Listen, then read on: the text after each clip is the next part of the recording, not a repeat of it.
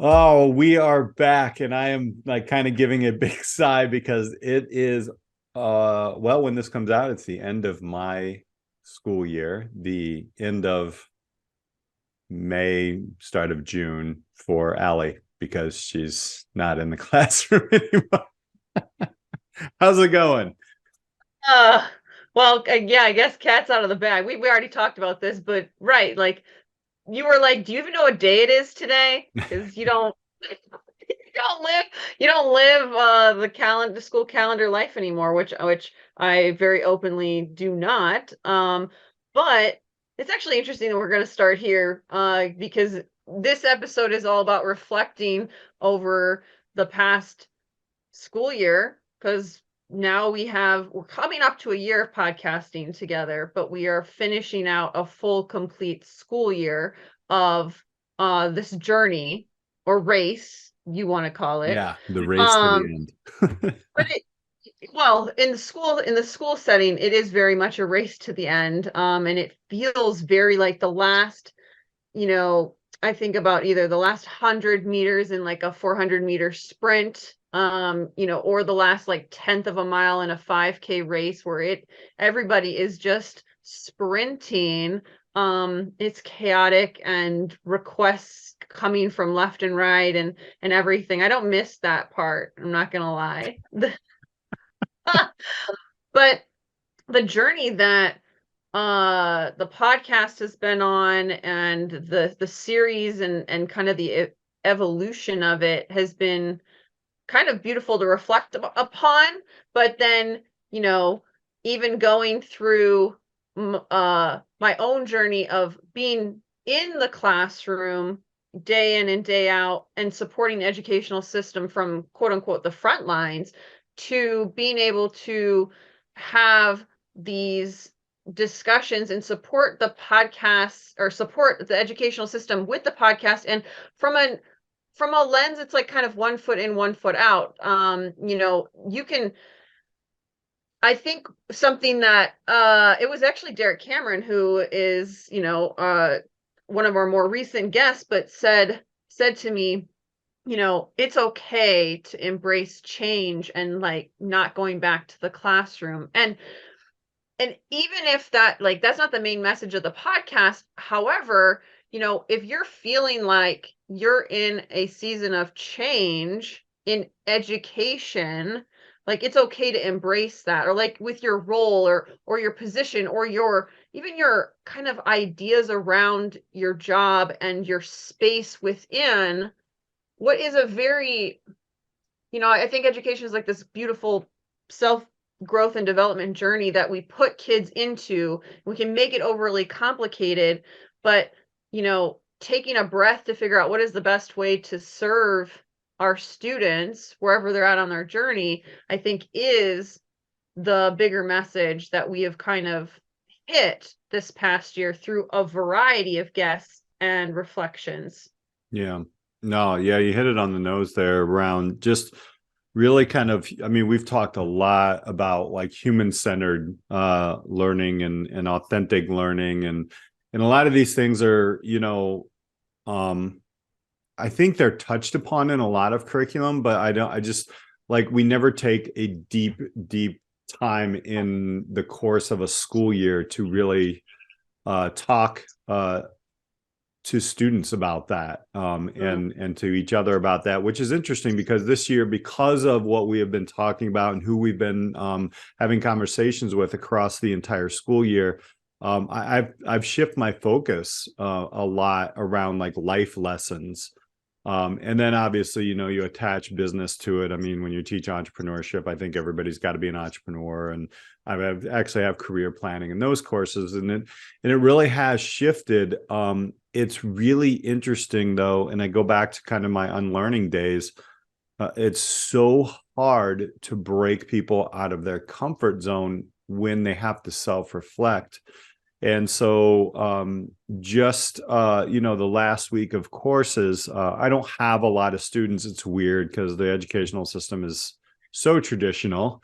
When the seniors leave, and then you get this weird kind of time between the seniors are gone, but you still have freshmen through juniors in your classes. So me, I teach mixed classes. So I don't know, it's basically, I use the time to become human-centered, and had human-centered conversations, but it's so difficult because students they're just checking out. And, I'm trying to have these real conversations with them, and they're just like, I got to study for this test, or I got to, and that's what's, to me, just, it's disheartening, somewhat. But I did show a TED Talk, and I can't remember what the TED Talk was, today.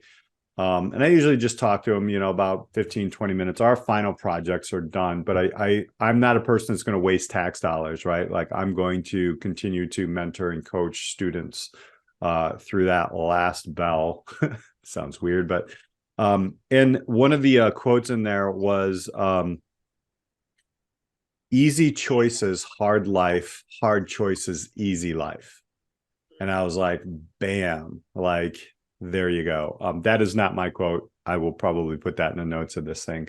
But it was just such a great thing. And I also showed them, there is a YouTube out there. It's got 62 million looks on it. And a lot of this generation of students haven't seen it, but it's called Look Up. And it's a poem. I believe it might be from the UK, but where it just talks about everything you miss by looking down on your phone.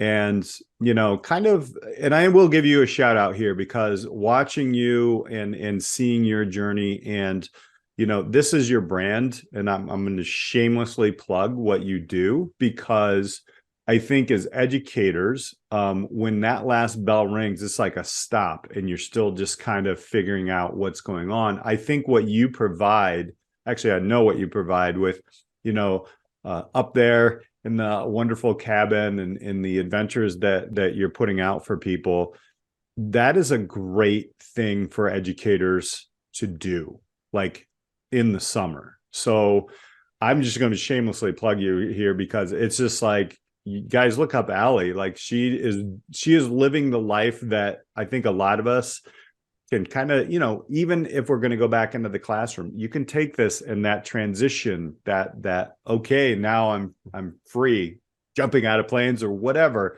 Like, I think that's amazing. And I think that's just something, I know I'm rambling here, but I think this is all like human-centered, and how this whole thing goes.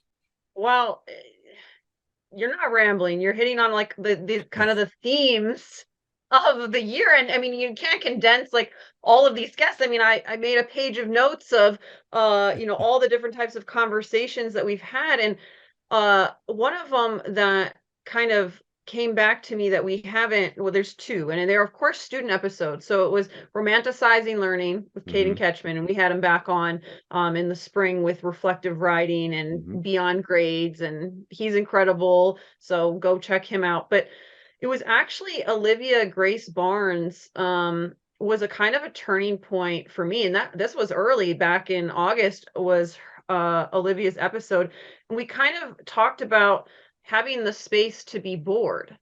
Yeah. And when I think about a main issue in the educational system and the traditional model and the burnout that people felt prior to COVID, during the pandemic, and even now, whatever stage we're in, is that it keeps churning. But like, what would it look like to kind of pause it and be bored with the educational system, so that like we could almost like blank canvas it?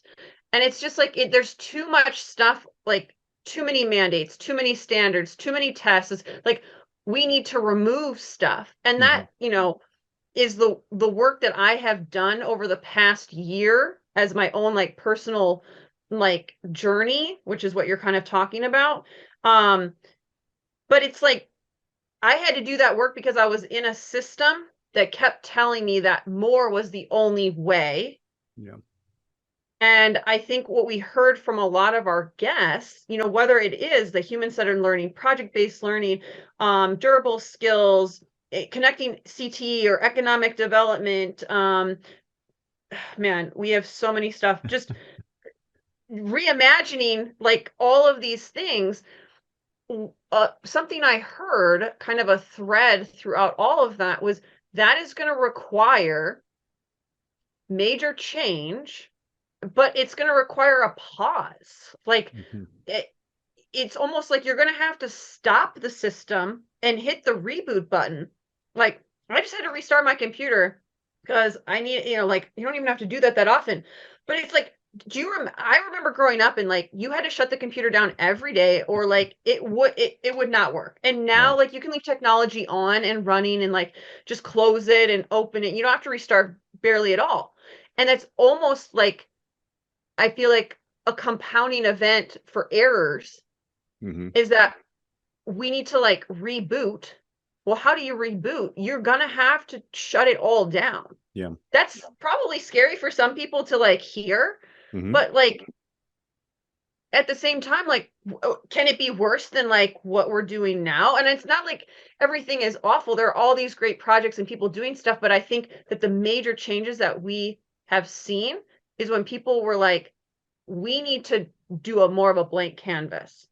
Yeah. And like the work of durable skills, and how that's being implemented with Stephanie Short, I feel like requires a hard stop on like the current way we're grading and assessing students and doing education.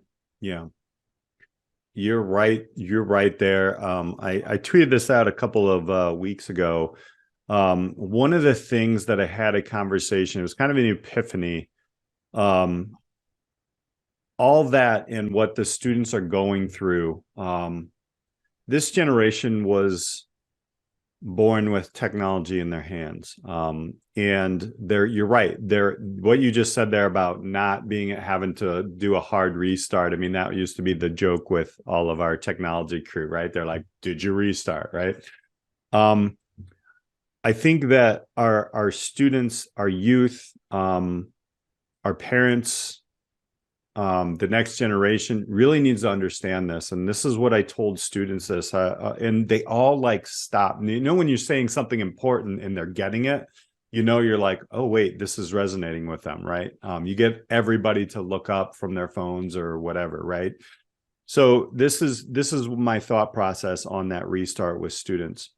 When they were young, and I'm guilty of this, but like as parents, if you're sitting at a dinner table or you're out to eat or you're with family or whatever, and you would start crying, your kid would start crying, right? And because there's fear or there's boredom or whatever, right? What's the first thing parents did? Is you hand them a screen and you're like, okay. And then they would now not be bored or they would not be hungry or their attention would be somewhere. So whatever fear or pain, uncomfortableness they were feeling was now fulfilled with the screen. So now fast forward to high school, they have been used to that as their way of, okay, well, I'm not going to be bored because I'm bored now. I'm going to go right to this game, or I'm going to go check my Snapchat, or I'm going to go right. And there's no stopping, like you just said there. And I told the students this, and I'm like, it's causing a lot of damage, because if you're unable to really reset or to pause and look up and to understand who you are, if you're unable to do that, you'll never find your durable skills. You'll never find, it doesn't matter how much content, opportunities, whatever people give you. So I think that is a major misstep in early education as we go through, the humanistic approach. And I've never really talked that much about primary education, and I don't think they have that much of a challenge yet. But with AI coming in now, it's just like, well, the answer's here, and now I'm going to go and I get Snapchat, and then I'm going to go here. And then, I really think with whatever we do, and I hate to sound like this, but I kind of sound like an old person in education, but I really think our youth and our parents and everybody needs to really reset priorities in what learning is. The schools, the curriculum, we could have the best in the world. I'm telling you, Alli, like I put students in front of professionals. I give them opportunities to make money, to do what they really are interested in. And only about 20% of them choose to do that because of the effects of finding safety in a screen. And I think that's something that we are highly missing. And I think the people that we have talked to really have good intentions. And I also think some of the students that we've talked to understand how to, it's not even a problem for them because they're one of the 20% that's able to put things away. I think we got a real problem here. I really do. This, if you go back to, biology, chemistry, physiology, like, right, the frontal lobe isn't fully developed and formed, and, bombarding it with that much dopamine and constant consumption is certainly going to have ramifications at any age under 25 that will have impacts beyond that. But it's interesting that you bring up the kind of screen dilemma that we're running into, especially with AI bursting at the seams in the educational system, because I've been having conversations with more and more people about unplugged summers, unplugged classrooms, no screens, this idea of creating with what you know and can imagine, and living life in the moment, it being fully present. I mean, yeah, me and you are across the screen, but one thing that I've always felt with podcasting is there's so much presence in it, because there isn't anything else in like the conversation we're having, or even when I'm like listening to a podcast and I'm doing a random project, like, that is what I am taking in, rather than a TikTok video or an Instagram reel or some YouTube short, something like that. But it's almost like not only with this idea of a reset in education, but, and there's been this thrust of like, oh, well, we need to have more and more technology.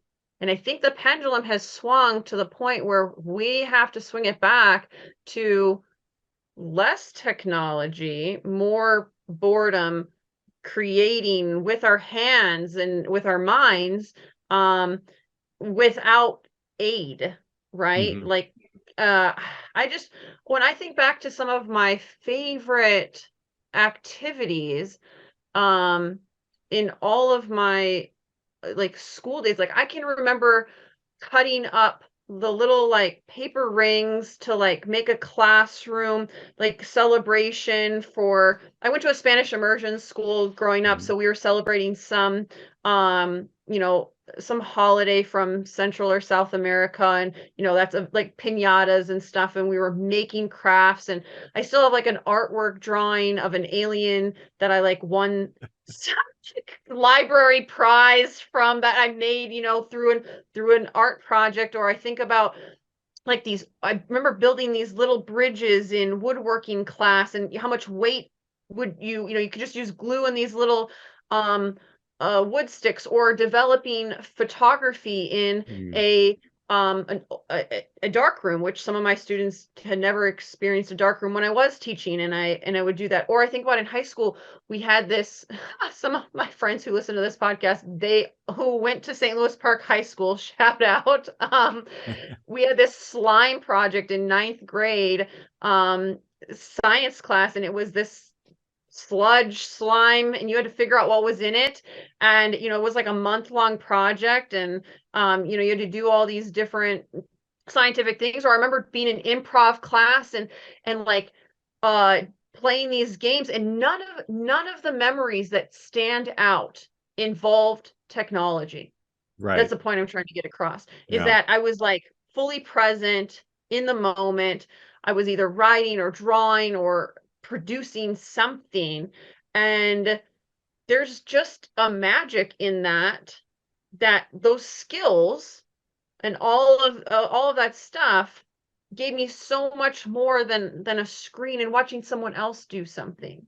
A couple of weeks ago, now as this came out, I do take little weekends, and I will do this. You mentioned this in the summer, like, phone free holidays and different things like that. And I mean, I had my phone, but, I traveled, I went down to South Carolina, saw a couple of baseball games. Um, when I came back and I was discussing this with the students, I was like, here's why I do this, right? I check myself when I'm like sitting somewhere and I want to grab my phone and maybe like play a game or check Instagram or just constantly go through reels. And I say, number one, I've paid to come to this place. So there's a pain point there. Like I have paid so why would I pay to go somewhere to do something I can do at home? So these are kind of like the different things, when you're working, right? You're actually, I think there's a lot of people who are constantly content, which, okay, I make a lot of content, but it's not consuming. We'll listen to a podcast, but we're doing other things, right? One of the things and we were just chatting about this right before was, one of the things I love to see was that when I'm in an airport, I'm just watching people, right? And it was amazing because a lot of the pilots were maybe 25, like young. And I know there's like a new generation of pilots coming through, and I'm like, this is awesome. I mean, of course they're flying with technology and they have to do all the stuff, but like, they're moving around like they can't, in they're checking their planes and whatever. Like it's just so interesting to see the active, even the people on the ground crews and such like that. I wrote a blog about two young guys who were the valets while I was sitting out having a coffee, and a McLaren drives by. Very nice supercar, right? It's only about $1 million. I think you can afford that. No big deal. But you see this car go by, and then the two valets are walking right next to me, and they're maybe 20, and they're talking about like the car, and they're comparing it, and they're valets, like they're working in something they're enjoying, so just getting out there and doing these things, I just felt so much energy there. And I think throughout everything, and even a couple ago when we were talking to Derek, but we kind of went through romanticizing learning all the way through how to actively learn romantically. I don't know if I can say it that way, but like what you're describing is, my favorite class in high school was actually photography, because we had to go in a dark room and we had to do, the hands-on things. But you're right. I mean, I think we need to really get back to those opportunities, and then start to create classrooms and environments where we can really do that. Like we can really do that. Not, okay, we'll plug in. And, I know I mentioned this before, the math and construction courses that we have, or the auto classes, or the cooking classes. I want students in the entrepreneurship class to go out and sell something, right? It's difficult to do, and it's really not made to do that. But I think summing up this entire year, that I think is where we need to hit. Maybe some environmental changes where classrooms look a lot differently, where they're more conversative, they're not detached in rows, because that's where everybody's going to stare at their phones, and to activate learning in action. So I mean, I could really see this. It's not like either or. It's like both and. Like we need to embrace technology. There needs to be skill sets around using AI and using, all the tools at our fingertip. And I mean, to produce this podcast alone requires a level of technological savviness that many people do not have, and that's a skill. So it's not to say that like we're anti-technology by any stretch of the imagination, but I don't know many classrooms that are unplugged in right. any capacity. That's not how they're built right now. And what would it look like to create space for students, educators, the system to quote unquote be bored, be unplugged, be kind of like going back, quote unquote, in time to where those resources weren't available. Like, what could happen by dipping our toes back into that? Like, we hear about the crisis of certain industries and skill sets going by the wayside because we're so like technologically plugged in. And I think it's hard to do any of the things that our guests have talked about when it comes to authentic learning and human-centered learning and like romanticizing learning and all of this, like all these skills without reimagining the environment. Right. Yeah. 100%. I think you're hitting it right there again, because yeah, I mean, we could beat this to the ground, but it's so true. Active spaces. And I think that's why kids really learn more in the summer. We're going to line up a couple of students in the summertime who have graduated. So I can't wait to chat with them. And at the end of the year, it's very difficult to just to kind of keep going. It really is. I mean, this is a unbelievably demanding job. I mean, you and I know that. I think our teachers out there listening know it. I think our administrators know it. And I think one of the last things I kind of want to touch on is when this summertime hits, thinking of new ways that, and then we'll be talking about this with some students and our own kind of paths in the summertime, but how can we bring summertime into the classroom? How can we do that, or in those environments, and what are ways that we can envision the things that go. Students are risk averse. I mean, they really are becoming more and more risk averse because they have shorter attention spans and such. And I think one of the things that we do here, right, we're a whole year in, like a whole school year in, and we're not stopping, but there's discipline and there is the consistency, right, of doing something. And if you're disciplined enough to consistently be able to put technology away and go for what you really want to go for and understand who you are, I think that's going to be a main focus.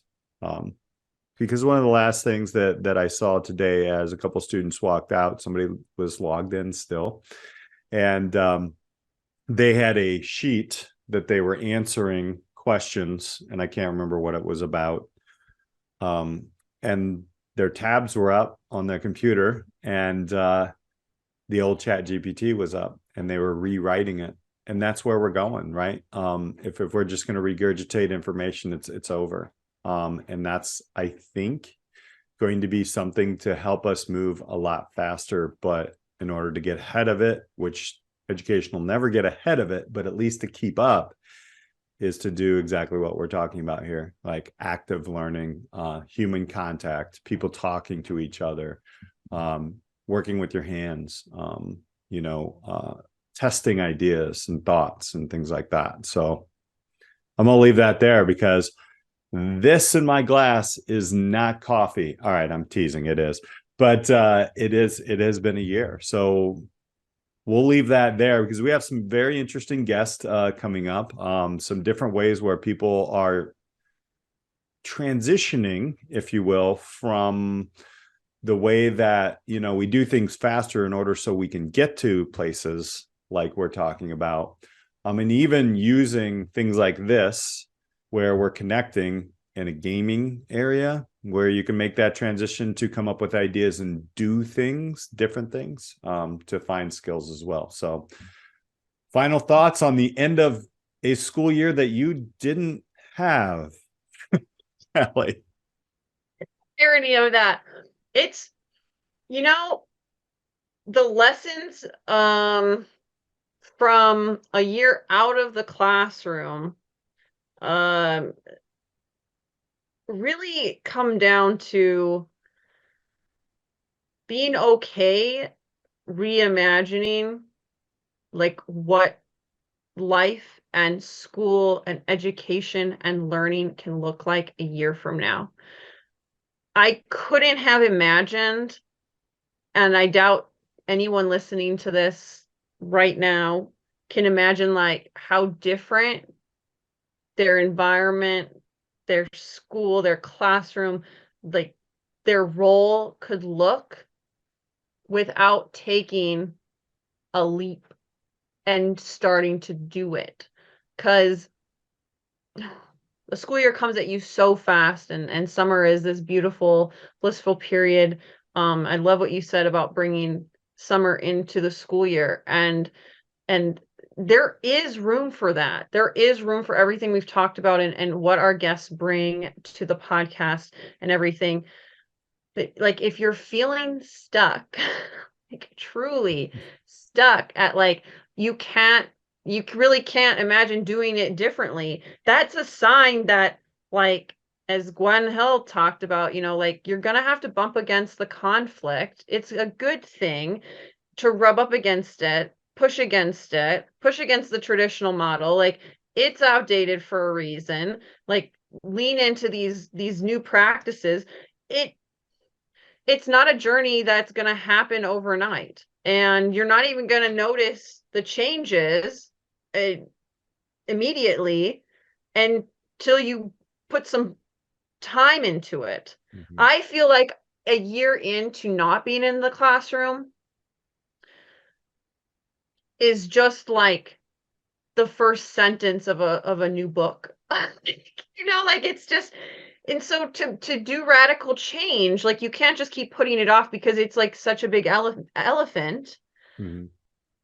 But I would just encourage anyone, as they're wrapping up the school year listening to this podcast, to dream, paint a new canvas, think about what you could remove, and like, go wild with the ideas and see where you can kind of start, whatever position role you're in.